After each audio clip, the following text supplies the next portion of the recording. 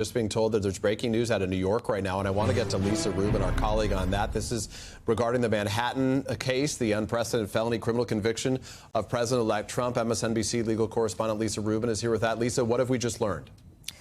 So, Peter, we do have the letter that DA Alvin Bragg has sent to Manhattan Criminal Court Judge Juan Merchan, in which he says that he will agree to stay proceedings, which would mean staying both Merchan's decision on whether the verdict should be set aside and staying a sentencing, so that Donald Trump's team can file a different motion, a motion to dismiss the entire indictment. That's not something that has been on the table yet, but they say they support setting a schedule for briefing a motion to dismiss the entire indictment. That will be coming from Trump's team, and in the interim, they want Judge Merchan to stay all proceedings. That means we're not likely to see a decision from Judge Merchan about whether the verdict on the pre-existing trial should be set aside, because they've agreed sort of to set that aside and move on to the question of whether the indictment itself should be sustained.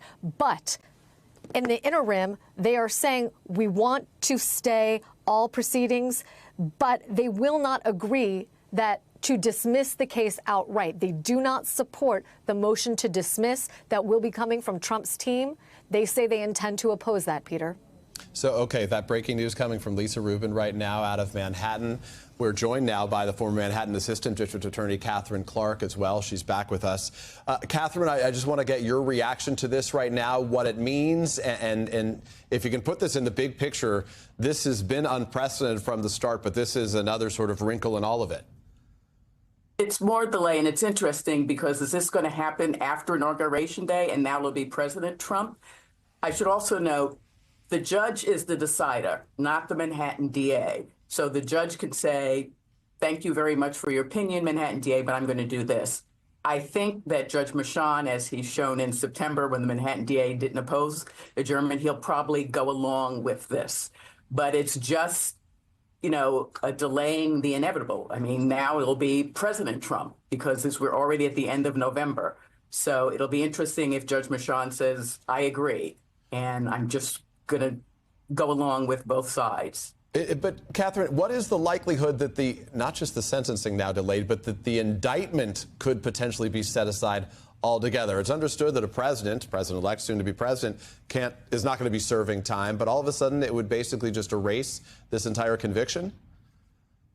I'm one of the few legal analysts that says that if Judge Merchan were to set aside this verdict, it would be defensible under the Supreme Court decision, not because of the hush money payment, but because of testimony that came in that occurred in the Oval Office when Donald Trump was president, because of a form that came in, because I believe the Manhattan DA's office response really was not that strong, not to be critical about why these were not official acts. And also in summation, the DA's office referred to one of those testimony from Hope Hicks as devastating evidence. So it's hard to now say it wasn't really important evidence, but that's just my opinion. But it is very rare that a judge in New York sets aside a verdict. So if we're going by those odds, Judge Merchan won't set aside this verdict. Lisa, let me get back to you if I can very quickly, just to be clear that we understand this. So what are the next steps? What should we be watching for in the time frame for anything to happen left in this case as decisions remain to be made? Yeah, Peter, I think what we should expect will happen next is that Donald Trump's team will file a motion to dismiss the entirety of the case and the indictment. That's a step further than would have happened even if Judge Merchan had vacated the jury's verdict. That just would have established the grounds for a new trial. Now they want to move to dismiss the case. And in this letter, this is the thing I really wanted to flag for you and our viewers, the DA's office is signaling it will oppose that motion, and they explain in a couple of paragraphs why, and I'd like to read from it if I could. Please. They're saying that no current law establishes that a president's temporary immunity from prosecution requires dismissal of a post-trial criminal proceeding, and that's where we are now, that was initiated at a time when the defendant was not immune from criminal prosecution, and that is based on unofficial conduct for which the defendant is also not immune. They also go on, Peter, to say that while they understand that there are constitutional concerns with respect to someone who is about to become the president of the United States, they say that while they deeply respect the office of the president and are mindful of the demands and obligations of the presidency, we also deeply respect the fundamental role of the jury in our constitutional system. And that goes back to something that I've been saying on our air earlier today and even last week when we first saw this decision to stay for at least a week.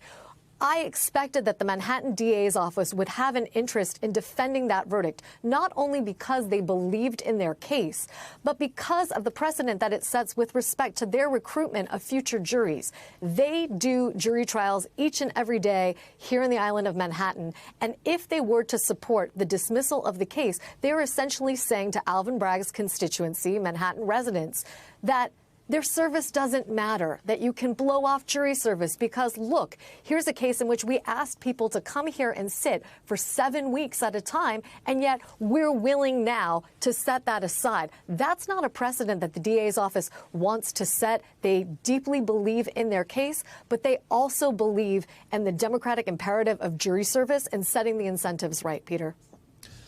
Lisa Rubin, Catherine Christian, stay with us. I want to get to Vaughn Hilliard, who's been covering the Trump campaign, now Trump transition for us. He's in West Palm Beach right now. And as we're speaking to you, Vaughn, over the course of this hour, we've now seen pictures that Donald Trump is preparing to head off to Texas to visit the SpaceX campus. Ted Cruz among those likely to be traveling with him today. Are we hearing anything from within Trump world to what happened here, and what sort of expectations do you have based on your conversations there? No, I was just checking within the last 3 minutes, and we don't have any immediate response at this point in time. Of course, we'll wait to hear Judge Merchan's decision and, of course, the response from Donald Trump's defense lawyers. Of course, 2 of the 3 lead defense attorneys that Donald Trump turned to throughout that 7-week trial. He is now tapped to take the number 2 and number 3 positions at his Department of Justice, Todd Blanche and Emil Bove.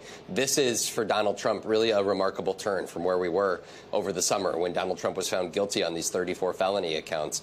He still had the 2 criminal indictments, the federal criminal indictments on his alleged removal of classified material to his Mar-a-Lago estate, as well as the allegations of the efforts to overturn the 2020 election. Those were on the docket awaiting him. Of course, the Fulton County criminal indictment in the trial was still pending there. But you fast forward, not only has he won the presidency, but there is the now ever increasingly likely potential that he will never actually face any punishment for not only this case, but also knowing that Jack Smith in the Department of Justice have winded down their investigations and their pending trials into the 2 federal indictments, criminal indictments. And this is really for Donald Trump, really a heck of a turn, and one in which now he is preparing to turn to his attorneys to run a Department of Justice in turn potentially and seek indictments and convene grand juries in order to investigate individuals who he said should have never brought these initial charges against him in the first place. Over the course of the last 2 years, he has been very vocal about his opposition to Alvin Bragg and has suggested that he should be removed from office and investigated. And so all of this is now coming to a head. We were looking at a potential sentencing right before Thanksgiving, but after winning this presidential election, this is a much different story that we are now following. Vaughn Hilliard, I appreciate your reporting there. Our friend, the former federal prosecutor Glenn Kirshner, is joining us now. And Glenn, as we begin our conversation, I'm struck by what Vaughn just said, excuse me, and it's how there's very likely not to be any punishment of any kind for the 34 felony convictions that Donald Trump faced in Manhattan. Notably, it comes the same day that we're learning that Donald Trump now appears to be receiving intelligence briefings in spite of the charges against him for mishandling of classified documents over the course of the last several years after he left office. I want to get your reaction to what you're hearing from Manhattan right now and basically your takeaway from this, what you think this says to the American people.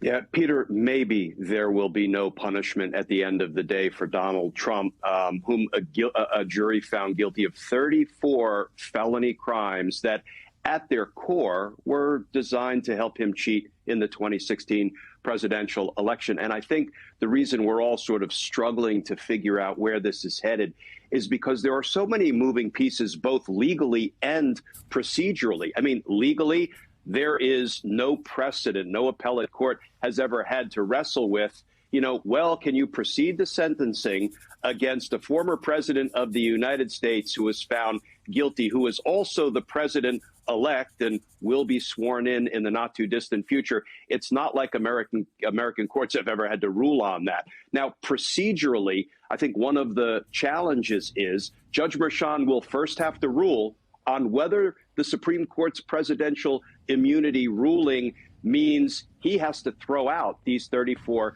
felony convictions. I think maybe Lisa and Catherine would agree with me that, that doesn't seem to be a supportable position. But the procedural challenge right now, as I see it, is the minute Judge Merchan rules that, no, Donald Trump is not protected by presidential immunity, that would be immediately appealable. So he couldn't really proceed to sentencing anyway. So I think at the bottom of it all, I think it makes some sense to pause the case entirely, maybe even during the entire 4 years of Donald Trump's presidency, so he could be sentenced the moment he leaves office. But none of this is easy or intuitive. Yeah, Glenn Kirshner, Catherine Christian, Lisa Rubin, thank you all so much. Again, the headline breaking right now, the Manhattan DA has recommended that the judge hold off sentencing Donald Trump for the criminal hush money convictions there.